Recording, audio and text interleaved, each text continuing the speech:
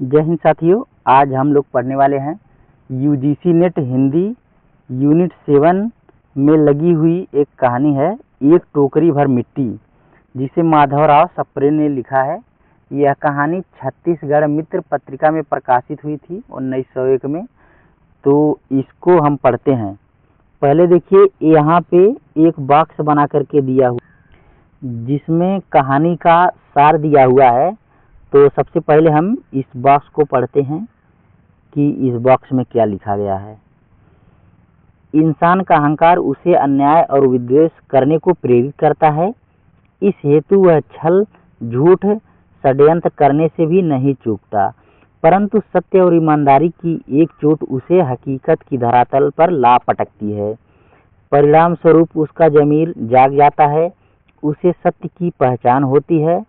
प्रस्तुत कहानी में जमींदार द्वारा असहाय विधवा की झोपड़ी हथिया लेने के बाद की स्थिति का प्रभावपूर्ण चित्रांकन हुआ है।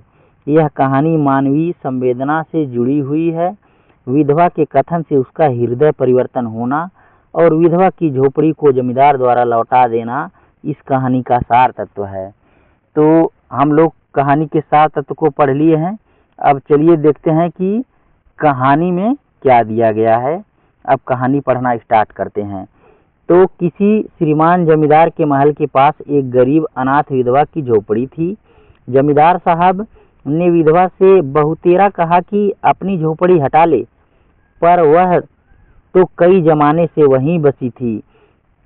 उसका पति और इकलौता पुत्र भी उसी झोपड़ी में मर गए थे। पतोही भी एक 5 वर्ष की कन्या छोड़कर चल बसी थी। तो एग्जाम में पूछ लिया जाता है कि कितनी वर्ष की कन्या थी, तो 5 वर्ष की कन्या थी।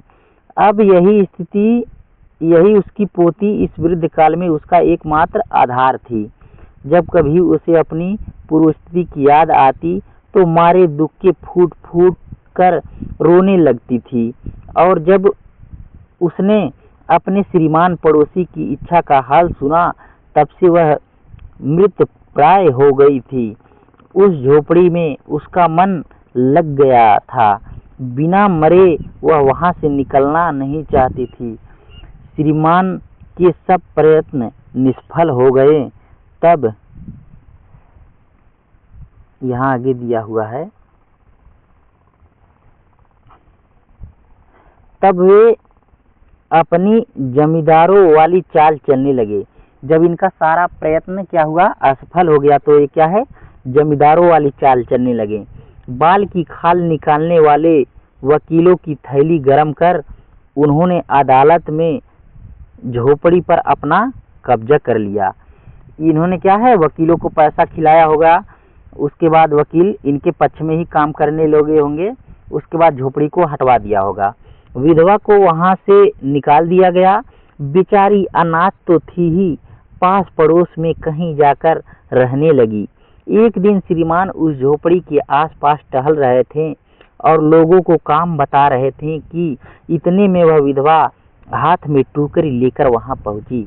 श्रीमान ने उसको देखते ही अपने नौकरों से कहा, तुम उसे यहाँ से हटा दो। पर वह गिड़गिड़ाकर बोली, महाराज, अब तो झोपड़ी तुम्हारी हो गई है, मैं उसे लेने नहीं आई हूँ। महाराज क्षमा करें, एक विनती है। जमींदार साहब के सिर हिलाने पर उसने कहा, जब से यह झोपड़ी छूटी है तब से मेरी पोती ने खाना पीना छोड़ दिया है। मैंने बहुत कुछ समझाया पर वह एक नहीं मानती। यही कहा करती है कि अपने घर चल, तब रोटी खाऊंगी।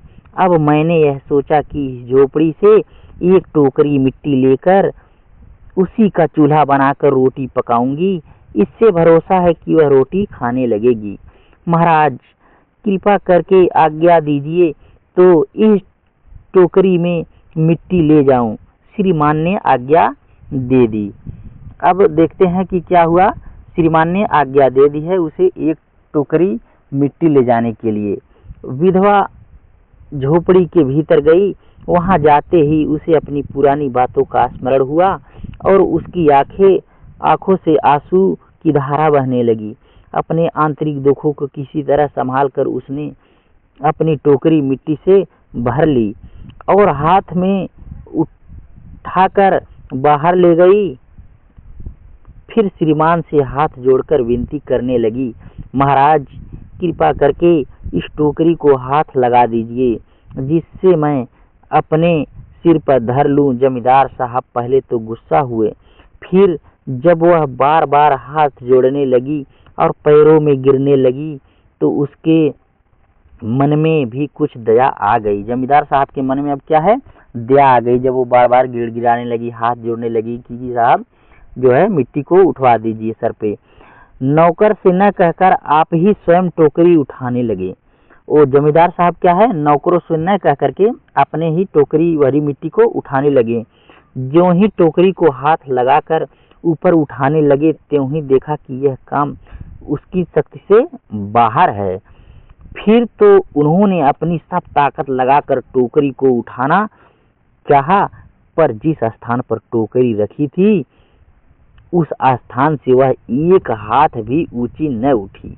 वह लज्जित होकर कहने लगे, यह टोकरी हमसे नहीं उठाई जाएगी। यह सुनकर विधवा ने कहा, महाराज नाराज न हो तो इधर डैश डैश दिया, इसका मतलब तो मैं एक बात कहूँ आपसे, एक टोकरी भर मिट्टी नहीं उठाई जाती और इस झोपड़ी में तो हजारों टोकरियां मिट्टी पड़ी हैं, उसका भार आप जन्म भर कैसे उठा पाओगे।